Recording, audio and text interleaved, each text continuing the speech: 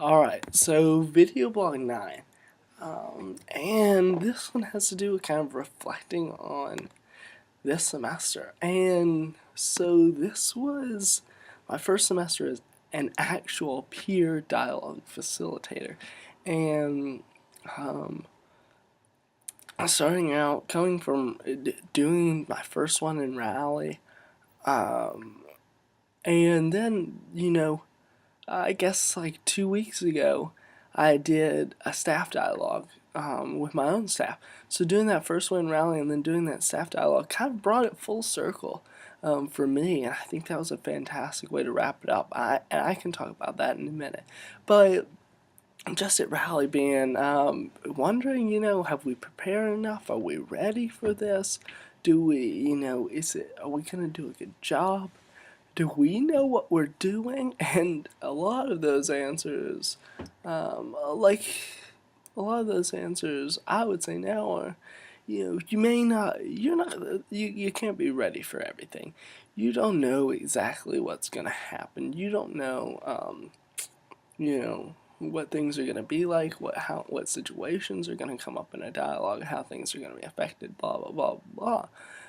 But we have the skills to adapt, and I think that's what I was prepared for. I was ready to adapt. I had all those skills. I had everything. So in the RA dialogue, I learned some stuff that I knew not to do next time.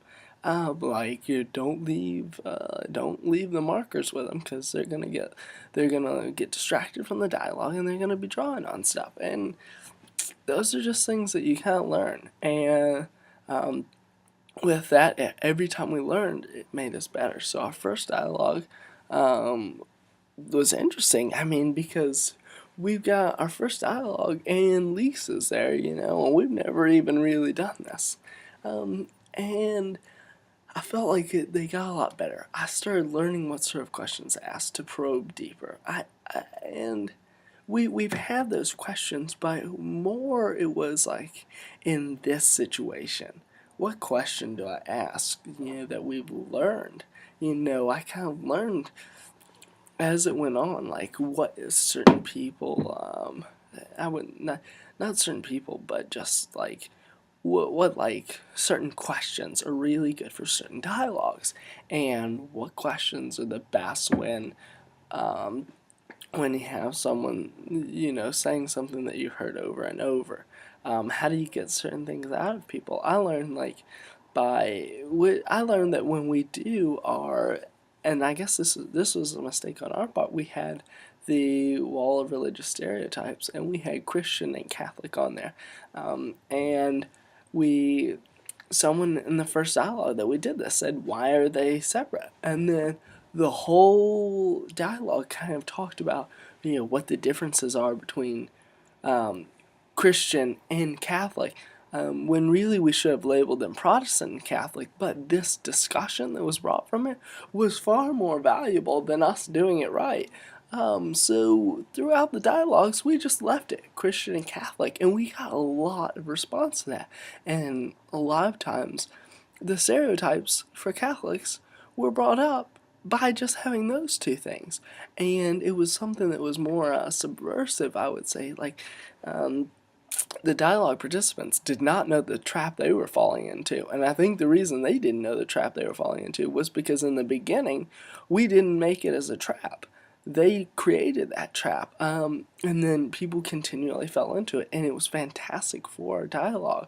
When you had people ask, what's the difference between that, and then we would just throw it back to the group, and someone would say, oh well, we had one person say, well, they want us to say something about Catholic priests touching kids, and I was like, oh, okay, this is crazy.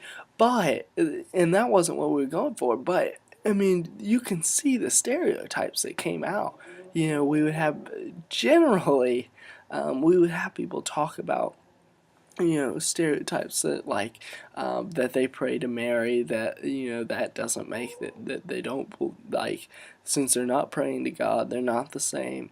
And people really kind of expose that, and I think, like, things like that are small. Like, that's I guess a doctrinal, more of a doctrinal stereotype with their doctrine, but it's not, because it affects the way people are perceived. It affects the way people who would consider themselves Christian. It makes them think, they're the crazy Christians, or different stereotypes like that. They think, oh, we're so separate, when really they're not. And that can be brought about through almost all religions are very similar. Even those with non-religions, everyone has the same sort of qualities. Everyone's human, and hopefully they realize that through things like that. And then, there were just different things like now.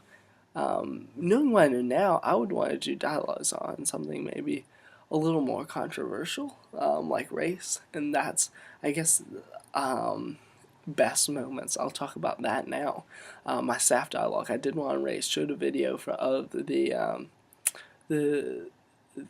spoken word done at UCLA.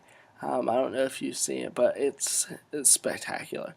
Um, and they're just talking about, how can I be proud to be a Bruin when there's only like 47 uh, of us, and us being African American males, they're going to walk across the stage with me.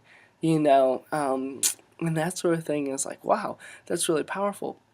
But not only is that powerful at UCLA, that's very, very similar to here. And being able to show them, like, obviously, when he goes up there and does his spoken word, it's a lot better spoken than I could ever do. Comparatively, he's so much more well spoken that when they see that, that's everything I wish I could say, so easily laid out. It's perfect. It's art, and showing them that art really affected my staff. And there was a lot of things that came out of that. A lot of people spoke. Now, obviously, my staff is, I wouldn't say obviously, but my staff was chosen to be people who are very mature, very understanding, very like know a lot about different cultures, know a lot about themselves, know a lot about like these are well chosen individuals. They go through an application process, and housing looks for these things that would also make someone a good dialogue facilitator, also make someone a good dialogue participant, and the staff. So we had a lot of those participants. Everyone's more mature. Everyone knows each other well. So all those things made it better than any new student dialogue I could have, that things that I couldn't affect. But I think just asking the right questions and knowing the right questions really helps. And there's a lot of things I gained a lot of the better questions too, and that's really translated in every way. And that I feel like I've gained a lot in my affirmations. Like I had someone in one of the Central Spirit interviews saying that I was really good at affirmations, and I just thought, well, that's because of me being a PDF, and that's all the experience I've gained. And I realized how important those affirmations are, and I've realized from you, Becky, how important they are to me, and how I really appreciate those affirmations. And from Lisa as well, those affirmations really help me keep going. So I know that that's important to people, and I try and give those same affirmations. And so I think all that's really important. And so, yeah, I think that's great. So those have been some of the best moments. Tough moments. There's going to be tough moments. There's going to be moments that are difficult, and that you just have bad dialogues. You have people that won't talk. You have people that say crazy things. You have people that say things that make people really uncomfortable, but not in a good way. And so those sorts of things make a dialogue tough. And then, there's just room issues. Being in long haul was the worst part of everything, and just being there every Monday. I just dreaded having to go in and move all those chairs, knowing still the room was going to look awful and no one would fit and everyone would be uncomfortable. And just that sort of thing was tough. But other than that, it's been a very fulfilling experience, and I've really enjoyed all of it. And I'm really thankful for the experience I've had.